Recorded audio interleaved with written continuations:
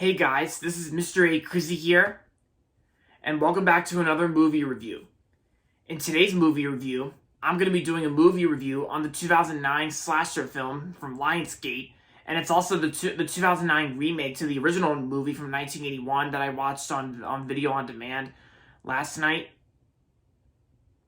And that's going to be on the 2009 movie and remake, My Bloody Valentine 3D.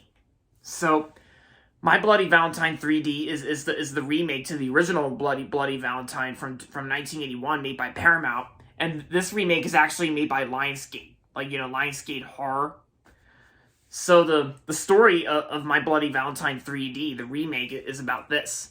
10 years ago, an inexperienced coal miner named Tom caused an accident that killed 5 men and put a 6th, Harry Warden, also known as the miner, Harry Warden, into a coma. A year later, on Valentine's Day, Harry woke up and murdered 22 people with a pickaxe before dying. Now Tom has returned home, still haunted by the past, and something else is back in harmony. A pickaxe-wielding killer in a miner's mask, who may be the ghost of Harry come to claim Tom and his friends. And there you go. So, what do I think of it? In my opinion, I do think the original My Bloody Valentine from 1981. I still think the original My Bloody Valentine is still better. I like the original better than the 2009 remake in 3D. But in my opinion, I actually thought it was pretty good. I honestly thought it was a pretty good remake from 2009 made by Lionsgate. And I know some of you guys out there may not like it, because like I said in my other reviews, my mom has actually never seen the remake of My Bloody Valentine, but she loves the original My Bloody Valentine from 1981. And of course, I'm not really familiar with much of the actors who were in the remake. Same with the original, but I thought it had pretty decent. I thought this remake had pretty decent acting.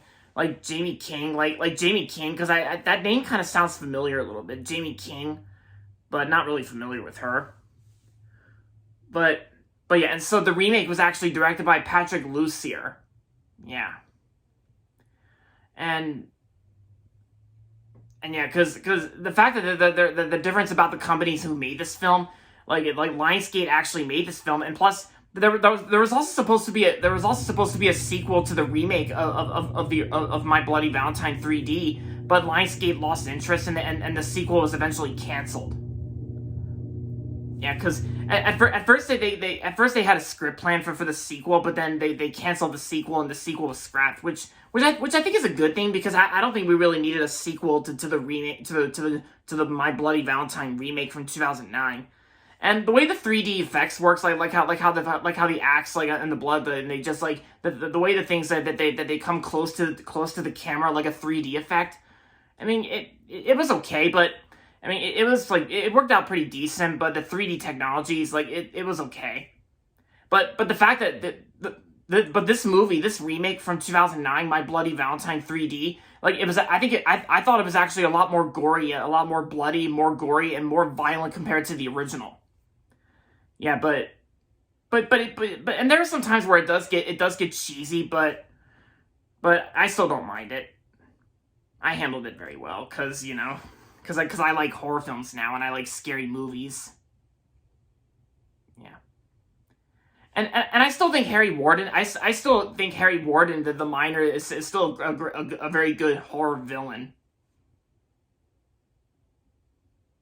Yeah, so overall, My Bloody Valentine 3D was a pretty good remake to the original My Bloody Valentine, and I'm gonna give My Bloody Valentine 3D 4 out of 5 stars.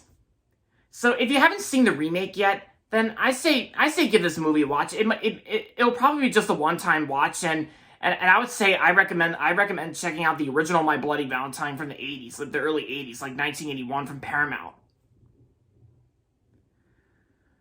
So there you have it, guys. That's going to be it for my movie review on My Bloody Valentine 3D. And that's going to be it for this video, so make sure to give this video a thumbs up and subscribe to my channel if you haven't yet.